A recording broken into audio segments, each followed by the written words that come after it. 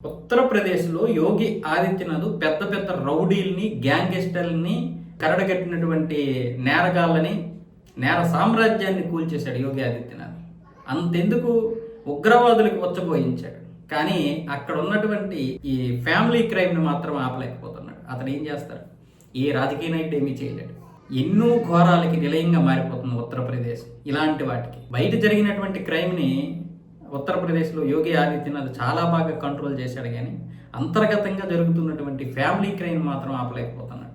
పూజ అనే భార్య గౌతమ్ అనే భర్తని తన ప్రియుడు ఫిరోజ్తో కలిసి మంచానికి కట్టేసి సజీవ దహనం చేసేసింది. వీళ్ళిద్దరి యొక్క రంకు ఎక్కడ రట్టు అవుతుందో అని. ఆ ఫిరోజ్ అనేవాడు నేను బంధువు అవుతాను, బావ అవుతాను అని చెప్పి ఇతన్ని మోసం చేశాడంట కొన్ని రోజులుగా. తరువాత వీడికి ఆ భార్యకి అసలు సంబంధమే లేదు అని తెలియడంతో భార్య నిలదీశాడు ఆ రోజు.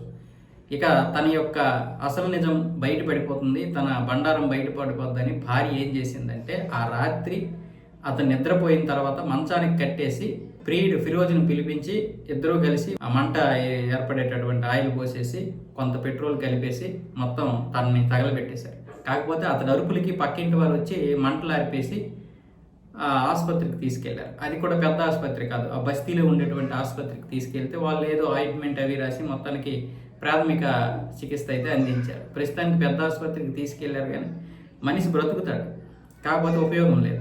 60% కంటే ఎక్కువే కాలిపోయాడు. కాలిపోయినటువంటి వ్యక్తి ఇక బ్రతికినా ఏంటి ఉపయోగం?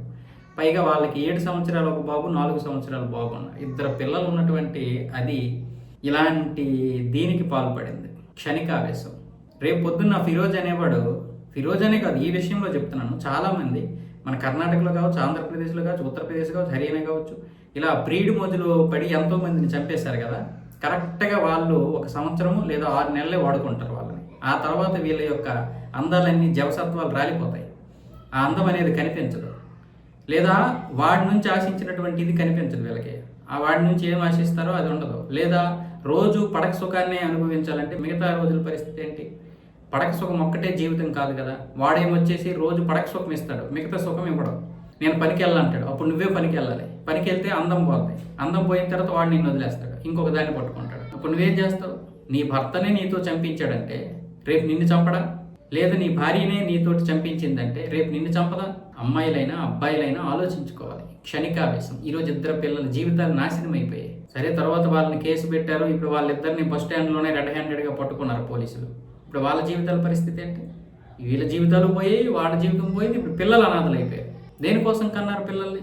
ఇప్పుడు తండ్రిని తల్లే తగలబెట్టేసిందని పిల్లలకి పెద్ద అవుతున్న కొలది తెలుస్తుంటే ఏంటి ఆ పిల్లల మానసిక స్థితి?